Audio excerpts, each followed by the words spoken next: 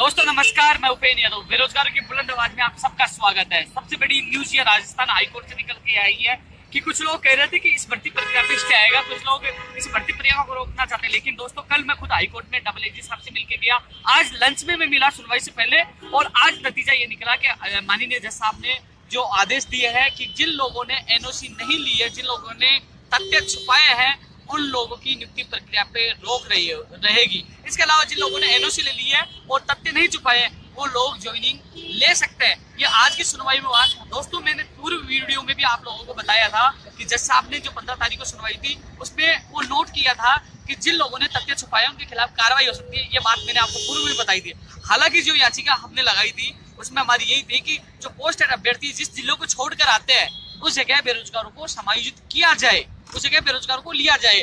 लेकिन जिस प्रकार सुनवाई हुई, जिस प्रकार डबल एजी साहब से उन्होंने पक्ष सुना, जिस प्रकार हमारे एडवोकेट से पक्ष सुना, तो सबसे बड़ी सवाल पे उन्होंने सबसे ज्यादा ध्यान दिया जब जज साहब ने कहा कि ये जो 10 नंबर जो बिंदु है इसकी अवहेलना किन किन अभ्यर्थियों के द्वारा की गई है। रिपोर्ट हालांकि इनसे मांगी गई थी, रिप्लाई इनसे मांगा गया था सरकार के पास है, लेकिन सरकार ने अभी तक रिप्लाई नहीं दिया है, जिसकी वजह से 4 सप्ताह बाद इस मामले की सुनवाई होगी। जो चयनित अभ्यर्थी है उनको कुछ लोग गुमराह करने की कोशिश करेंगे कि स्टे ना आ जाए, कि कोई जाके स्टे ले लेगा। लेकिन एक चीज बता दूं, अभी अंतरिम स्टे है, अंतरिम रोक है, फाइनल फैसला नहीं है। और 4 सप्ताह बाद की बात कर रहे हो आप, तो बहुत जल्द स्कूलों में जाने वाले हो, इसलिए चयनित अभ्यर्थियों को घबराने की आवश्यकता नहीं है। कुछ लोग आएंगे फेंकू चंद आपको गुमराह करने के लिए, कुछ लोग आएंगे वीडियोबाज, कुछ लोग आएंगे ऑडियोबाज। हालांकि कुछ लोगों की कुछ दिनों से रोक लगी हुई है, उन पे भी स्टे आया हुआ है। लेकिन कुछ लोगों की आदतें होती है कि बरसाती जो माहौल होता है जिससे टर की आवाज करते हैं, आपके पास आएंगे क्योंकि उनको तो व्यूज चाहिए, पैसे चाहिए। लेकिन हम लोगों को आपका विश्वास और प्यार चाहिए। जब आप लोगों तक बात पहुंचे, बात ऐसी है कि वो अभी भी जो फाइनल सुनवाई होगी, हमारा एडवोकेट हमारी तरफ से यही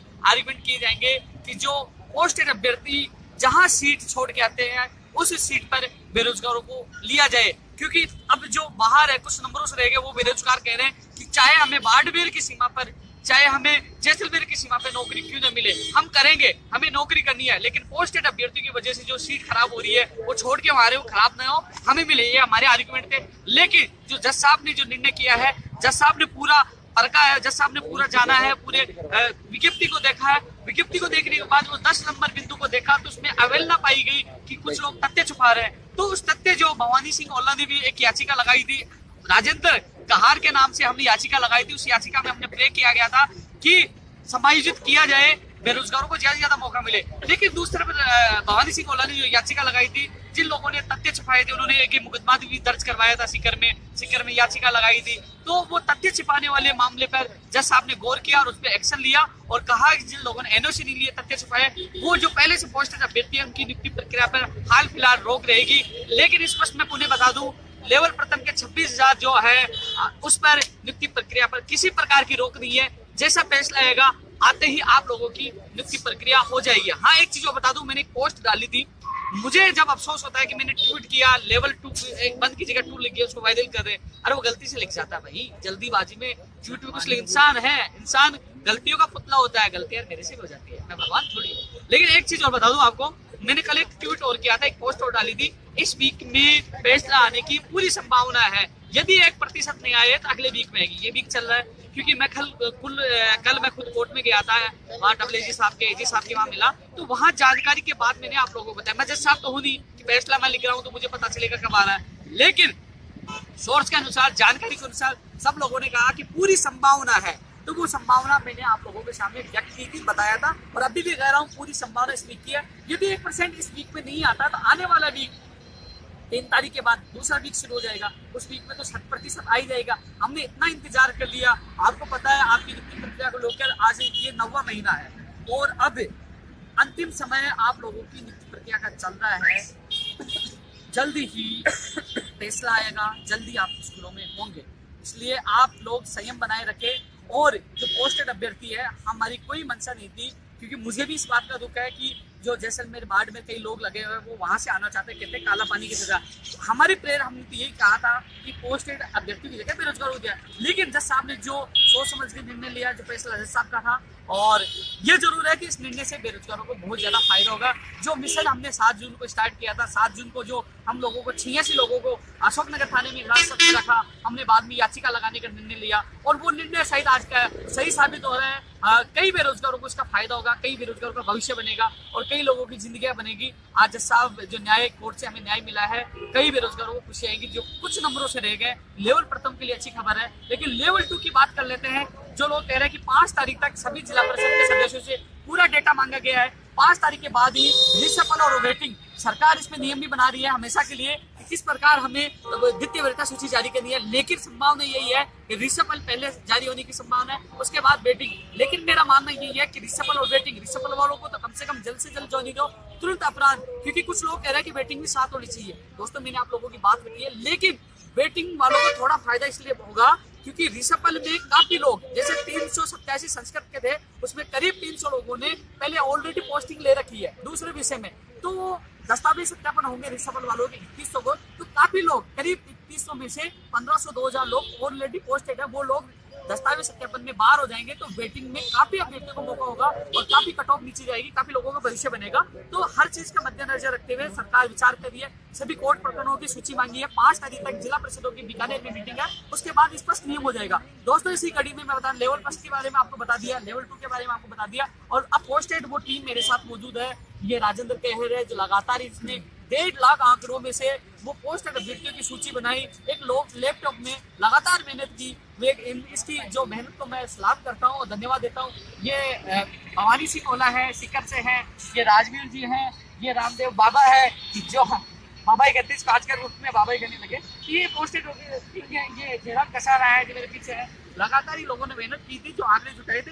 इनका उद्देश्य यही था, मेरा भी उद्देश्य, मैं स्पष्ट कह रहा हूँ कि मैं आने वाली सरकार से भी मांग कर रहा हूँ। मैंने जो 12 सूत्रीय मांग दी थी उसमें लिखा है साहब कि भविष्य में होने वाली भर्तियों में सम्मान पद पर प्रतिबंध जिलों या डार्क जोन को छोड़कर एक अभ्यर्थी को बार बार नियुक्ति नहीं दी जाए, क्योंकि एक व्यक्ति बार बार ज्वाइन करता है, सीटें छोड़ता है, बार बार किसी बेरोजगार को मौका मिलेगा तो कहीं ना कहीं एक परिवार जिसको मौका मिलेगा उसका भविष्य उज्जवल होगा। इसी क्रम में मैं राजेंद्र जी से कहना चाहूंगा, संक्षिप्त वीडियो लंबा हो गया, दो अपने विचार ये सब रखे हैं।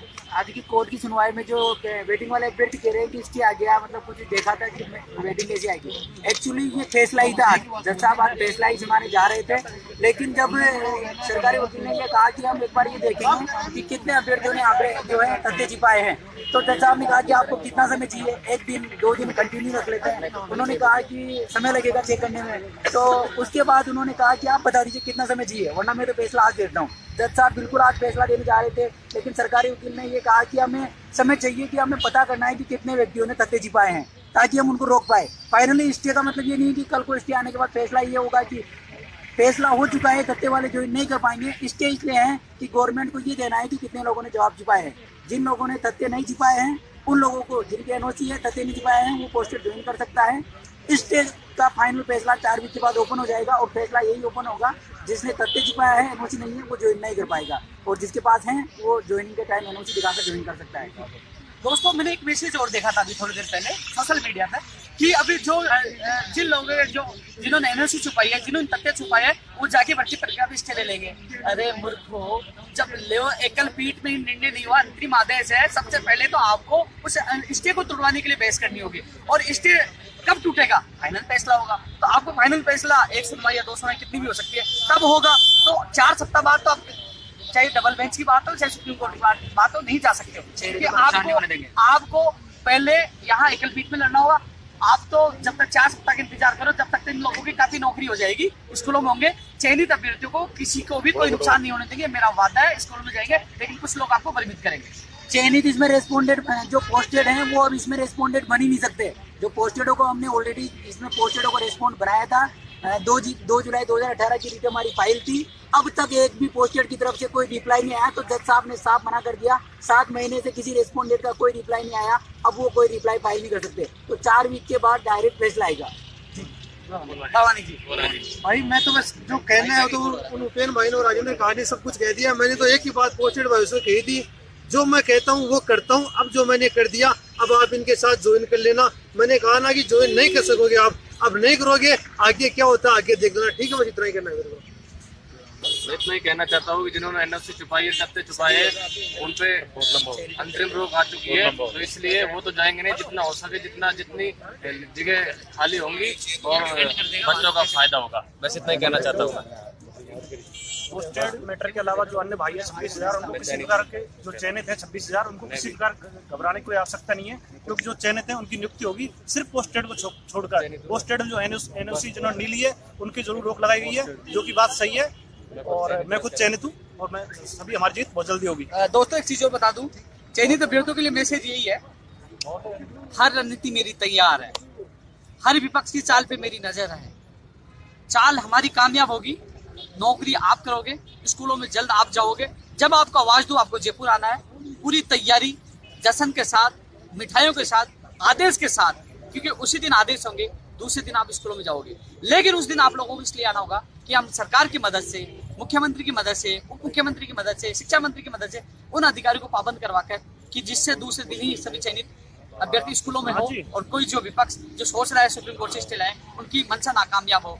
बस इंतजार है कुछ दिनों का, एक कदम ज्वाइनिंग से आप दूर हो और वो कदम जल्द आप मंजिल तक आपका पहुंचेगा और जल्द आपके चेहरों पर खुशियां होंगी, जल्द आपको मंजिल प्राप्त होगी। बाबा